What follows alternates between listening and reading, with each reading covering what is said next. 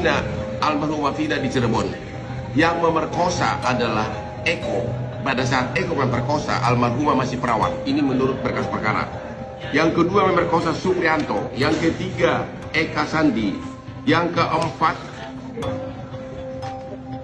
Jaya alias Kliwon. Yang kelima Hadi Saputra. Sedangkan DPO yang juga ikut memperkosa menurut berkas adalah siapa ini? Peggy atau Perong dan juga Dani. Oke, inilah hasil otopsi. Hasil otopsi mengatakan bahwa di kemaluan korban ditemukan sperma dan berbagai luka di tubuhnya yang jelas-jelas bukan karena kecelakaan. Hal yang sangat menyedihkan juga adalah waktu saya ketemu bapaknya almarhumah, dia mengatakan bapak almarhumah ini kerja sebagai nelayan. Setiap melihat kepiting dia nangis. Karena apa? Putrinya ini suka kepiting. Sedangkan ibunya almarhumah TKW di Malaysia. Dalam kesempatan ini, kalau memang sudah nggak ada lagi yang menolong mereka ini, mohon kepada klien saya Bapak Prabowo untuk menjamu mereka makan siang atau makan malam dengan menghidangkan kepiting kesukaan dari putrinya ini. Kepada penyidik Polda Jawa Barat agar menyidik oknum-oknum yang mencoba menghalangi penyidikan untuk menemukan 3 pelaku DPO, yang oknum-oknum yang mengatakan bahwa ini adalah kecelakaan tunggal di jalan raya. Mohon segera diproses pidana oknum-oknum tersebut, karena kalau dibaca BAP-nya itu semua terang benderang tidak ada kelihatan rekayasa. Ini contoh saya bacakan nih, BAP dari Eko Rahmadani, salah satu yang sudah divonis, ya. Ini jadi yang ikut mengejar adalah Sudirman boncengan dengan Dani naik motor Mio hitam. Saudara Supri boncengan dengan Jaya naik motor Mio warna biru. Eka Sandi boncengan dengan Saka naik motor merah, naik motor Mio merah. Hadi Bolang naik motor Yamaha. Dan semua di sini diuraikan semua siapa boncengan dengan siapa. Totalnya ada 11 orang. Bahkan dia mengatakan di sini, waktu saya memerkosa, saya tidak sempat keluar spermanya karena keburu harus gantian dengan rekan yang lain. Apa ini rekayasa? Ini jelas-jelas semua BAP-nya ini hampir sama. Semua BAP oknum yang mengatakan ini kecelakaan murni di jalan raya agar diproses pidana oleh penyidik Polda Jawa Barat. Ini benar-benar kronologisnya di mana kejadiannya, semua diuraikan secara terang benderang di sini. Tentu mereka bisa saja sudah mau dilimpahkan ke jaksa, bisa saja mencabut BAP. Itu biasa dalam suatu proses perkara, ya, apalagi kalau punya pengacara. Oke, terang benderang. Bahkan dia mengatakan saya tidak sempat keluar sperma gara-gara keburu direbut bergantian sama yang lain untuk memerkosa. Hasil temuan tim Hotman 911, Vina, almarhumah Vina di Cirebon. Yang memerkosa adalah Eko. Pada saat Eko memperkosa, almarhumah masih perawat. Ini menurut berkas perkara. Yang kedua memerkosa Suprianto. Yang ketiga Eka Sandi. Yang keempat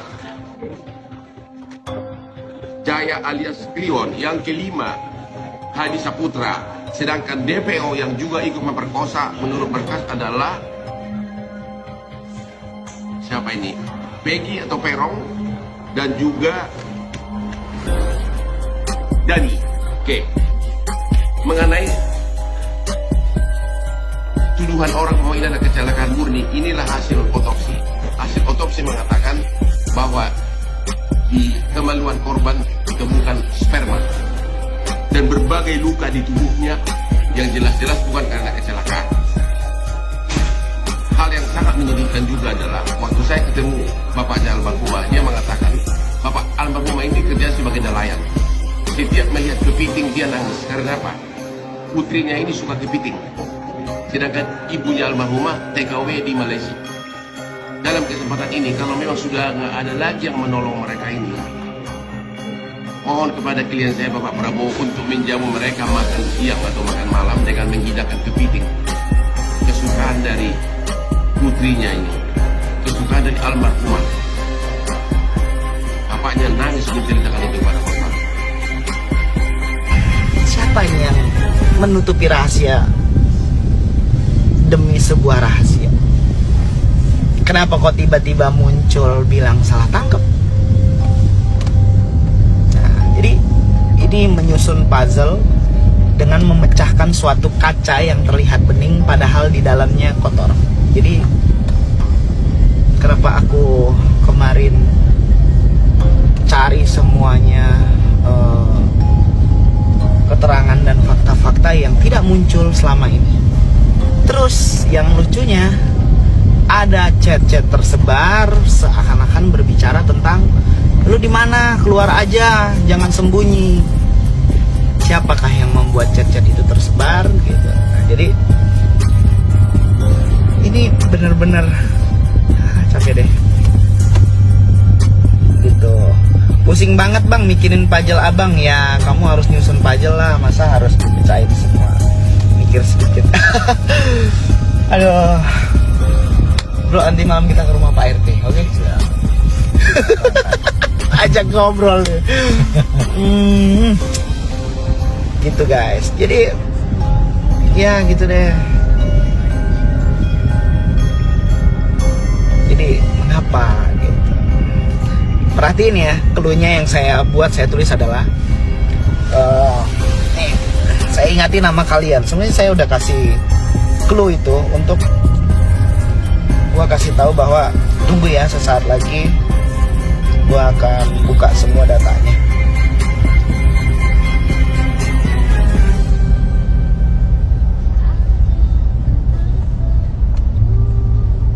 Bentar ya.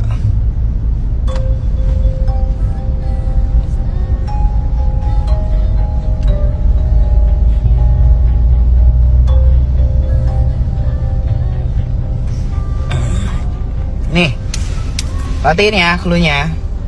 Saya menulis adalah jangan risau lagi netizen, pelaku 3 DPO beberapa saat lagi akan terungkap. Ingat ya, terungkap, bukan tertangkap.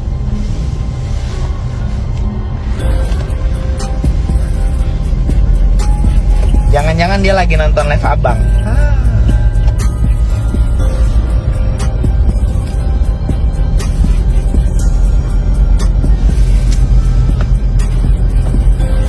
Itu aja clue-nya ya. Jadi jangan berusaha menghilangkan suatu fakta kebenaran demi mendapatkan, aduh enak nggak nih kalau dibilang semua. Mereka terselamatkan dengan yang namanya kerasukan. Mereka terselamatkan dengan yang katanya ada DPO yang 3 orang. Maka itu mereka pede dan muncul mengatakan salah tangkap. Artinya ada misteri yang harus dikejar kebenarannya, harus dicari faktanya. Saya tuh dari atas helikopter ya contohnya, saya ngeliat di bawah seperti ada yang berusaha membelok-belokkan fakta dengan narasi-narasi yang sebenarnya saya tahu bahwa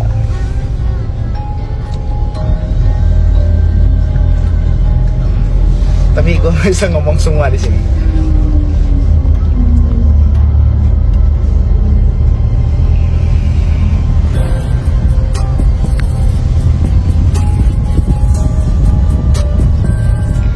Terkait benar atau tidaknya, saya hanya ingin menyampaikan bahwa ada banyak sekali fakta-fakta yang muncul di pemberitaan itu sangat menyimpang dan membelokkan jauh dari fakta yang sebenarnya. Sangat jauh. Jadi maka dari itu yang tadi saya tanya, kenapa ada nama yang hilang? Apakah otak pelaku ada di dalam 8 orang tersebut, atau otak pelaku itu disebutkan 3 orang yang menjadi DPO? Nah, jadi setiap jawaban itu, pertanyaan yang saya ajukan ini, jawaban itu akan menghantar